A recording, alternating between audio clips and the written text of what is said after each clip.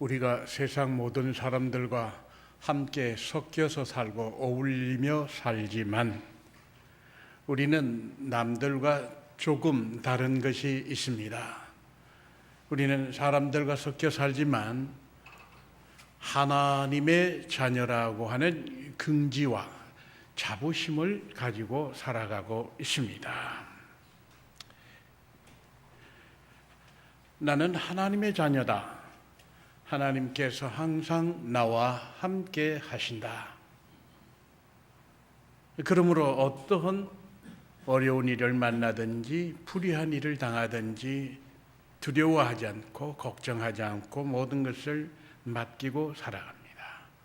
또 하나님께서 나를 사랑하신다고 하는 그런 자부심이 있습니다. 하나님께서 영원한 하나님의 나라까지 나를 인도하신다는 그런 믿음을 가졌기 때문에 우리는 남다른 긍지와 자부심을 가지고 살아갑니다. 그렇다고 하면 우리는 마땅히 하나님께로부터 받은 바 은혜와 사랑을 세상 모든 사람들과 나누며 살아갈 수 있어야 할 것입니다.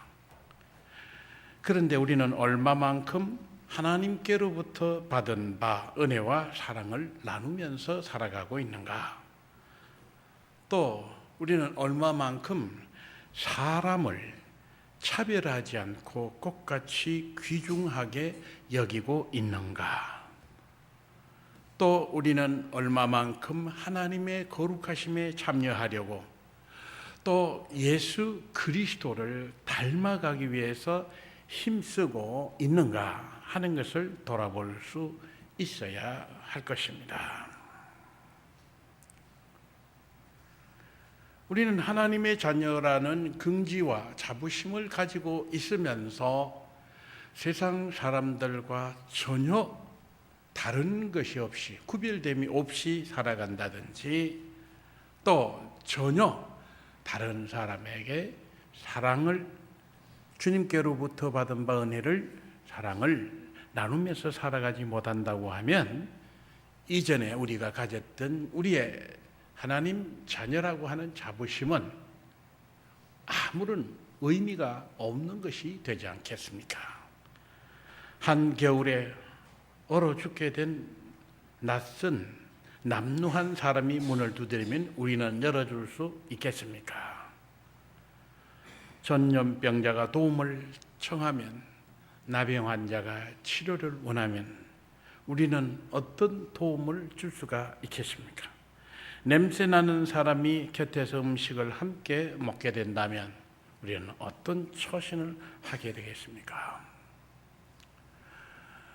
우리는 정말 우리도 모르는 사이에 세상 모든 사람들과 세상살이에 세상 즐거움에 또 남에게 뒤떨어지지 않은 삶을 살려고 애쓰다 보니까 남들하고 믿지 않는 사람, 신앙이 없는 사람, 하나님의 자녀라고 하는 긍지를 가지고 있지 않는 사람과 전혀 다름없이 그들을 꼭 닮은 그런 삶을 사는 사람으로 우리가 전락되지는 않았는가 돌아볼 수 있어야 할 것입니다.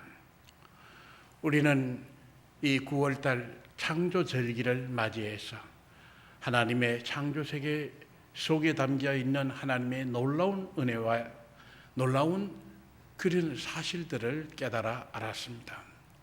또 모든 이 창조하신 것을 우리를 위해 마련하셨다고 하는 사실도 알게 되었고 또 하나님께서는 모든 창조 가운데 가장 소중히 우리 사람을 지으시고 하나님 당신의 형상대로 지으시고 소중한 그런 존재로 구별하셨다고 하는 것, 그리고 이 창조 세계를 잘 관리하고 다스릴 그런 책임도 주셨다고 하는 그런 일들을 생각했습니다.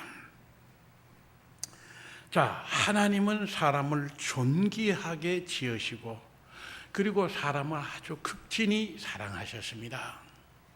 그래서 모든 하나님께서 지으신 그 심히 좋았다라고 하는 그 모든 창조 세계를 우리에게 맡기셨어요. 우리가 마음껏 사용할 수 있도록 하셨습니다. 그만큼 우리를 소중하게 귀한 존재로 그렇게 지으셨습니다. 그리고 또 우리 사람을 얼마나 사랑하시는지 극진히 사랑하셨습니다. 사랑하시고 또 사랑하시고 돌보시고 베푸시고 인도하시는데, 심지어는 하나님을 배반하고 죄의 길에 빠졌어도 꾸짖으시지만 다시 용서하시고 다시 일어설 수 있는 기회를, 하나님의 자녀로 돌아올 수 있는 기회를, 구원을 얻을 수 있는 기회를 주시는 이러한 분이심을 생각할 때 하나님 그 사랑이 얼마나 크신가 하는 것을 볼 수가 있습니다.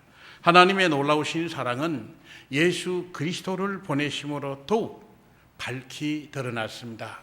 이미 우리가 이런 사실은 다 알고 있습니다만은, 그러나 우리가 너무나 잘 알고 있는 자명한 일이기 때문에 별로 감동을 느끼지 못하는 경우가 많습니다. 우리가 정말 이 땅에서 사는 동안 끝까지 결코 잊어서는 안 되고 놓쳐서는 안 될 말씀이 신구약 성경 중에 가장 핵심적인 말, 중요한 말씀, 요한복음 3장 16절과 17절입니다. 하나님이 세상을 이처럼 사랑하사 독생자를 주셨으니 이는 저를 믿는 자마다 멸망하지 않고 영생을 얻게 하려 하심이라. 이 말씀은 죄인 된 우리 사람들에게, 그리고 심판받아야 할 사람들에게, 영원히 멸망받아야 할 사람들에게 주신 하나님의 말씀입니다. 17절에는 이렇게 말씀하십니다. 하나님이 그 아들을 세상에 보내신 것은 세상을 심판하려 하심이 아니요 그로 말미암아 세상이 구원을 받게 하려 하심이라고 그렇게 말씀하셨습니다. 하나님의 지극한 사랑, 그 사랑이 하나님 나라의 영광을 두고 이 땅에 몸을 입고 오신 것 아닙니까? 그 사랑 때문에. 그래서 예수 그리스도 이 땅에 오셔서 사랑받지 못하는 자들, 버림받은 자들, 억울한 자들, 병자들, 죄인들에게 꿈과 희망을 주시고 그들을 일으켜 주시고 고쳐주시고 새 힘을 공급하시는 그런 하나님. 사랑받을 만한 사람, 우리는 그 사랑받을 만한 사람, 그리고 친구 삼을 만한 사람, 내 취향과 같고 내가 선호하는 그러한 사람, 그런 사람만을 우리는 친구 삼고 그런 사람만 우리가 사랑하고 그런 사람만 우리가 곁에 두려고 하는 그런 생각들을 가졌지만, 하나님께서는 죄인된 우리들을, 심판받아야 할 사람들을, 이런 우리들을 불쌍히 여기시고 우리를 새롭게 해주시기 위해서, 그리고 구원하시기 위해서 이 땅에 오시지 않았습니까? 예수 그리스도는 끝내 자신을 내어주시기까지 우리를 사랑하시고 십자가의 죽음과 부활로 정말 이 하나님의 사랑이 얼마나 크신지, 예수 그리스도를 통해서 펼치신 그 사랑이 얼마나 큰 것인지를 우리로 하여금 깨닫게 하셨습니다. 예수 그리스도께서 이 땅에서 선포하신 말씀과 삶은 모두, 예수님은 이 땅에서 하신 모든 말씀이 진리와 사랑이었고, 그리고 예수님의 모든 삶이, 이 땅에서 보여주신 모든 삶이 사람을 사랑하시고 사람을 고치시고 사람을 일으키시는 그런 삶이셨습니다. 예수 그리스도, 그분은 하나님의 극진하신 사랑, 우리 사람을 향한 극진하신 사랑을 우리에게 다 보여주셨습니다. 우리는 예수 그리스도 그분을 봄으로써 하나님의 사랑이 얼마나 크신지, 하나님의 사랑이 얼마나 놀라운 것인지를 깨닫게 되는 것입니다. 예수 그리스도께서 이 땅에 오신 목적을 우리는 성경의 단 한 가지 사건만으로도 짐작할 수 있습니다만, 오늘 나병 환자를 고쳐주시는 이 한 가지 예로도 하나님의 극진하신 사랑이 예수 그리스도를 통해서 드러나는 것을 볼 수 있습니다. 한 나병 환자가 예수님께 와서 꿇어 엎드려 간구합니다. 주님, 원하시면 저를 깨끗게 하실 수 있으십니다. 여러분, 이 나병 환자는 꿇어 엎드려서 주님 앞에 호소합니다. 이것은 그의 처지가 얼마나 정말 절망적인 상황인지를 보여주는 대목이기도 합니다. 예수님께서는 그 나병 환자의 고통과 슬픔과 절망 그리고 죽음을 내다보시고 불쌍히 여기셨습니다. 우리는 나병 환자가 만일 그렇게 왔다고 하면 어떤 태도를 취하겠습니까? 벤허의 한 장면이 보이죠. 어떤 사람이 그 벤허가 동전을 그 거지에게 주었는데 사람들이 문둥이다라고 소리 지르니까 사람들이 돌팔매질을 하고 돈을 받았던 그 거지가 돈을 만져보지도 않고 탁 털어서 던져버립니다. 버리는 것을 볼 수 있습니다. 그만큼 나병은 무서운 겁니다. 사람들이 거지라도 가까이 할 수가 없는 그런 처지입니다. 그 당시로서는 치유가 불가능하고, 그리고 나병 환자들은 철저히 격리시켰습니다. 그리고 건강한 사람들 곁에 절대로 다가오지 못하게 하고, 모르고 다가오려고 치면 나는 나병 환자요, 나는 불결한 사람이니 가까이 오지 마시로 소리 지를 의무까지 있었습니다. 바로 이러한 사람들, 우리 같으면 가까이 하겠습니까? 그런데 예수님께서는 손을 내밀어 나병 환자의 환부에 손을 대시고 내가 원하노니 깨끗함을 받으라 하시니 곧 낫게 되었다고 합니다. 주님은 환자의 환부에 손을 대시고 고쳐주셨습니다. 나병 환자는 건강한 사람 곁으로 접근 금지되어 있었지만 예수님은 그를 용납하시고 그를 인간으로서 받아주시고 그의 환부의 손을 대시는 이 하나님의 놀라우신 사랑을 우리에게 보여주시는 것을 볼 수가 있습니다.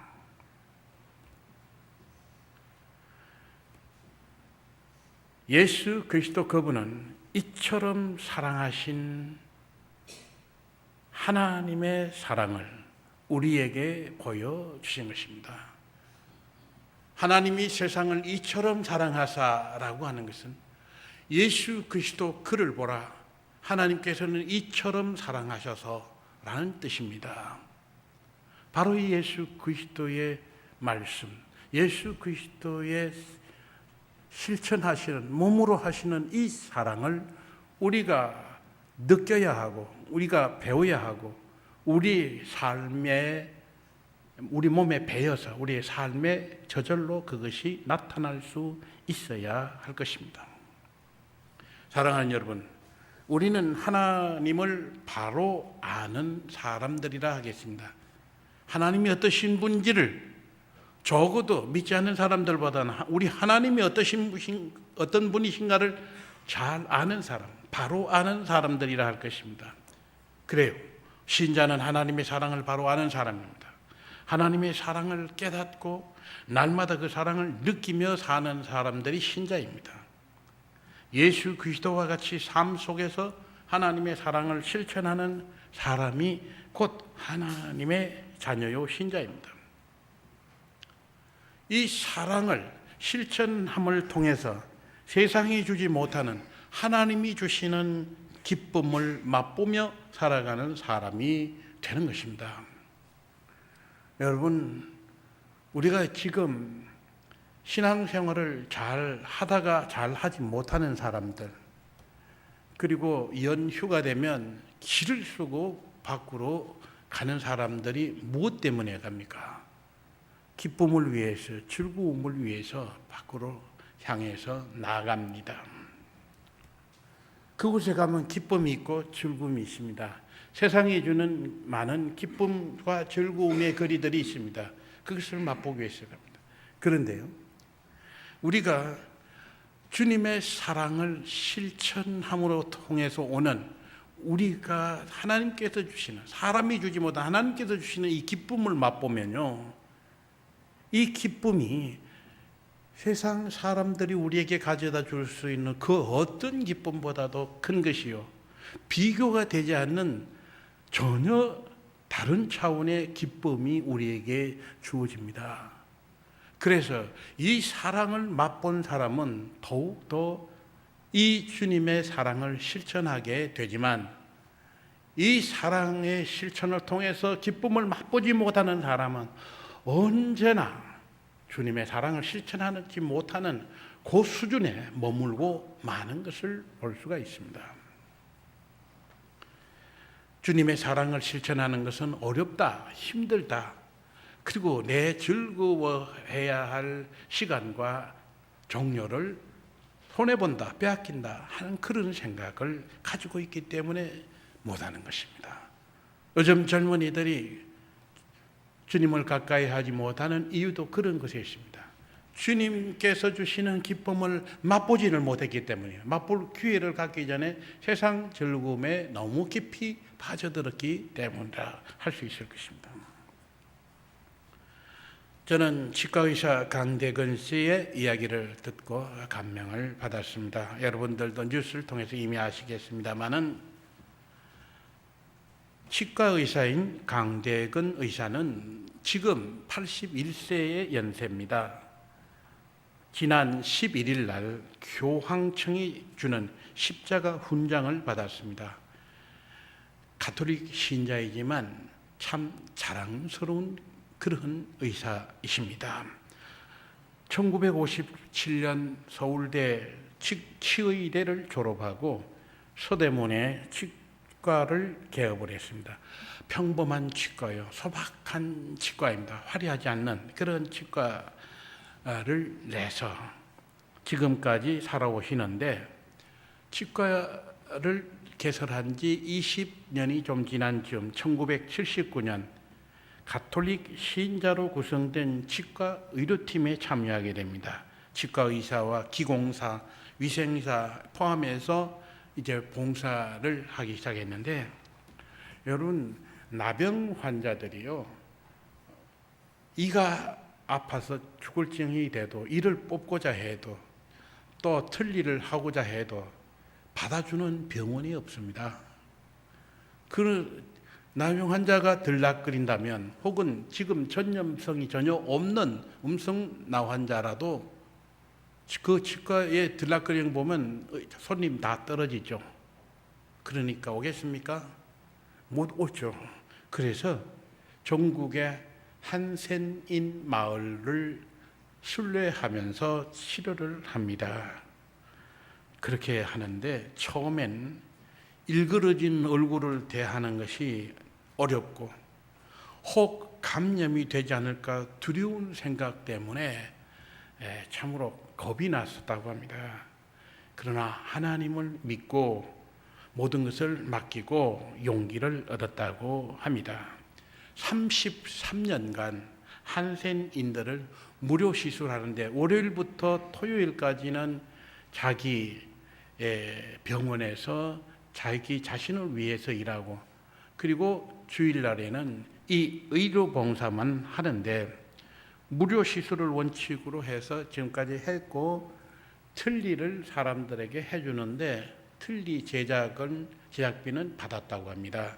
그런데 틀니 제작비가 비싸서 나중에는 자기가 그것을 배워서 그 틀니 제작까지 해서 재료비만 받고 해줬는데, 그것도 조금 남으면 한센인 마을을 위해서 그냥 해서 그로부터는 전혀 한 푼도 이익을 남기지 않고 무료 봉사로 33년간 지금까지 치료를 하는데 15,000여 명의 명단이 그 치과 시술 기록지가 15,000여 명이 넘는다고 합니다.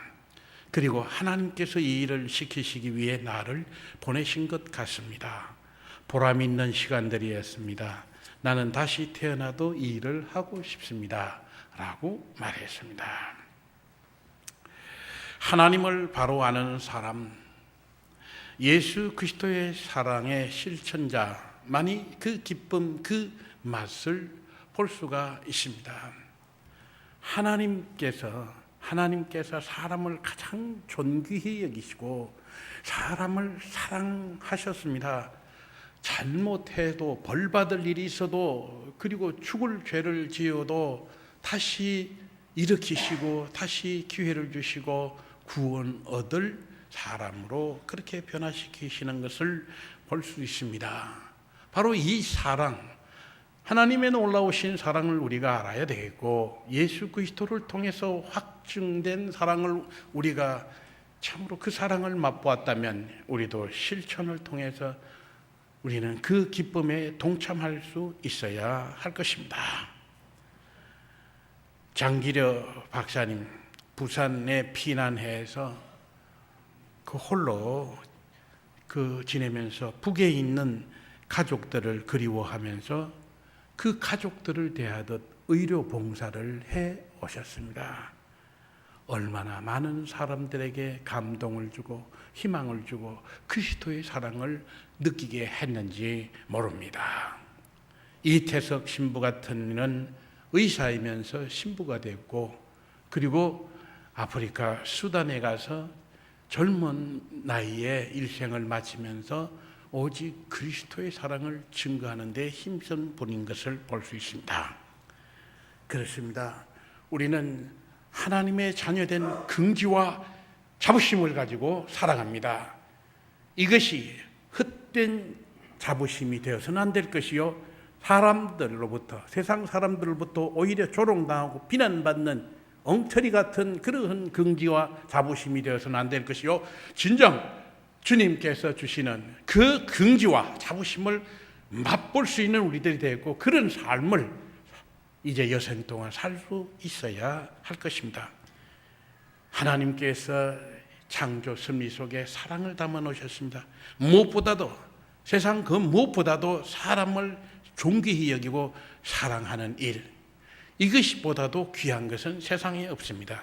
모든 전문 분야의 사람이 사람을 존중히 여기고 사랑해야 할 것입니다. 모든 공무원들이 사람을 존귀히 여기고 차별 없이 존중히 여기고 사랑으로 대한다면 세상이 밝아질 것입니다. 모든 경찰, 그리고 검사, 변호사, 판사가 혹은 국가정보원의 사람들 혹은 지도자들이 사람을 존귀히 여기고, 그리고 모두를 다 똑같이 차별 없이 대하고, 실수한 사람, 잘못한 사람, 죄 지은 사람도 소중히 여기고 차별 없이 대해야 한다면 세상의 법 질서가 바로 놓일 것이고, 그런 일에 종사하는 사람들이 배나 존경을 받을 것입니다. 모든 의료인이 사람을 귀히 여기고 차별 없이 대하고 사랑으로 돌보면 병원이 밝아지고 의사는 더욱더 존중을 받고 병상생활하는 환자들은 완치율이 2배, 3배 더 높은 그런 결실을 거둘 수 있을 것입니다. 모든 복지기관, 그리고 군대, 사회, 교도소까지 하나님이 사람을 귀히 여기심같이 사랑하심같이 사랑하는 놀라운 일들이 일어난다면 얼마나 좋을까. 될 수 있습니다.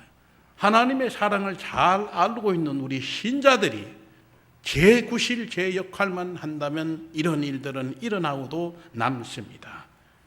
우선 사랑하는 여러분, 이번 한가위를 맞이하면서 우리 가정에서부터 우리 사람들, 온 가족이 서로 사랑하고 주님의 사랑, 이 가득 차고 넘칠 수 있도록 그렇게 만드시기 바랍니다.